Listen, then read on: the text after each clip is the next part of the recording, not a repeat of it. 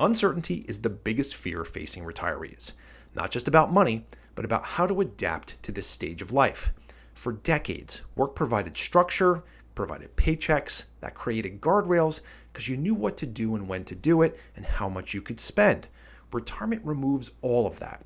And when structure disappears, people don't crave returns, they tend to crave more certainty.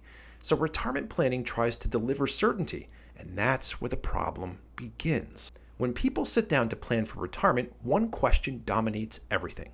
Will I run out of money? And the industry answers that question with a number, a probability of success score. 80, 90, 95%. Higher feels safer and better. Higher feels responsible. But a high probability of success is not a plan for living. It's an attempt to create a certainty in a world that cannot offer it. Here's where probability of success leads people astray. It assumes you'll spend roughly the same amount every year, adjusted for inflation, for decades or the rest of your life. I've been doing this for close to 30 years. I have yet to meet a single retiree who lives that way. Health changes, energy, interests, spending, because life changes. Probability of success doesn't model adaptation. Let's take a look at an example. In this case, we're looking at a new retiree, Pat and Terry, both aged 63. Both have saved a little over $2.25 million collectively, and they have a well-diversified portfolio of about 60% in diversified stocks, 40% in diversified bonds.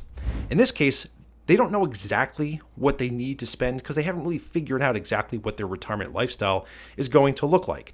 But they want to know in a ballpark way what it is that they're capable of spending. So if we factor in a host of different types of assumptions, when they claim Social Security, the types of returns they may get on their investment portfolio, we're looking at a scenario whereby they have a relatively high probability of success, just under 80%, if they spend about $8,500, which is what it is that they indicated would be a rough kind of back of the napkin sketch as to what they would need in retirement. But when looking at this, they were a little concerned. They wanted a higher probability of success to give them the confidence to spend. And really the only lever that they can pull is by spending less. So if they get to a higher overall probability of success, shooting for 90%, instead of spending $8,500, they'd spend $7,000. And this is where people start thinking about retirement in reverse. By looking at an analysis like this, it can have a huge impact psychologically with respect to how they're looking at living their lives in retirement. I've seen this firsthand in the field. By looking at a scenario whereby, all right, I want to feel more secure, more confident. I want more certainty. I don't know how to live off of my assets in retirement. I don't want to be a burden to my family if I run out of money. I would like to be able to explore ways to limit and shrink my spending in retirement so I don't ever see that type of scenario present itself. That's the damage of looking at a probability of success type of model. The real issue here isn't the math, it's alignment. Our behavior is driven by our values.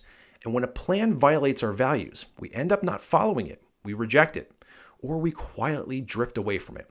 So take something like authenticity. If a retirement plan doesn't feel like you're not going to trust it. You'll hesitate every time you spend. You'll second-guess decisions that look fine on paper. Integrity matters too. People want to feel that they're doing the right thing, not just financially, but personally.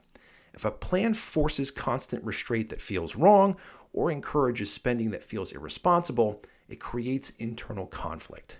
And then there's courage. Spending in retirement takes courage, not recklessness, courage. The courage to use what you saved for the life that you actually want, even when the future is not perfectly clear. And finally, fairness. Fairness to yourself. You spent decades being disciplined. Fairness means enjoying your time, energy, and health now, not endlessly postponing life for a future you may never fully access. And here's where most retirement plans break down. The functional steps don't match the emotional payoffs. The plan says one thing, the values say another, and emotion wins every time. Let's look at Pat and Terry's situation using a different model. In this case, everything is the same with the exception of how it is we're assuming that the spending plan is going to go. In this case, instead of $8,500 or even $7,000 that we saw in the probability of success model, we're looking at a potential retirement paycheck of just over $9,000 per month. That typically comes as a surprise to most folks, especially if they're used to the probability of success model. What's the difference here? The difference is the spending plan that's assumed under the surface of this model. It's assuming that there's going to be, on average, a higher amount of spending in the earlier years of retirement. And that typically tends to match how most retirees do end up spending. More in the earlier years while they want to do more things. Less in the middle and end because there's lack of willingness or maybe not the health and opportunity to have the enjoyment that they once did. In this case, further, we're looking at a scenario whereby what may affect Patentary's ability to be able to live that type of lifestyle. This helps to really go to the center of the question, which is, how much can I really spend and what do I need to do given different circumstances that are outside of my control, like what the market does? What we're looking at here is a risk-based guardrail system. And that system is giving an indication as to what Patentary would need to do if certain events happened within their overall portfolio.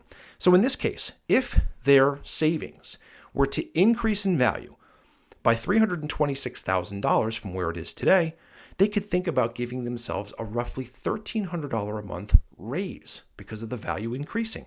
Doesn't mean they have to, but it means it gives them the flexibility of choice to do that if it happens. Typically, most people want to know and understand the downside, right? It's appealing to that fear of running out of money. Well, in this case for Patentary, if between their spending and the market moving down, their portfolio was to lose $776,000, they'd have to look at reducing their spending by $460 or 5%. This typically comes as a surprise to most people. Now, there's a difference between the functional aspect of what's being looked at and the emotional aspect of going through something like this. And having worked with clients at the turn of the century with the tech bubble bursting and the great financial crisis of 2008 and 2009, how people feel seeing their portfolio go from $2.2 million to a little over 1.5 in the midst of retirement, that's scary. You can't remove the fear from that, even with a portfolio such as this, with an income plan such as this. That fear is real. People want to take action. They want to increase their safety. They want to increase predictability. They want to increase certainty at that point. However, having a retirement spending plan such as this helps really calm that situation when inevitably it does occur. Here's what changes when planning is aligned with values. People stop clinging to a number. They understand what they can control. They know how to respond when life changes. Uncertainty stops feeling dangerous because there's a plan for adapting to it. Retirement isn't a test that you pass or fail. It's a long transition. Chasing certainty leads to underspending and eventually regret. Aligning plans with values leads to confidence. Uncertainty isn't the enemy. Ignoring how to live with it is.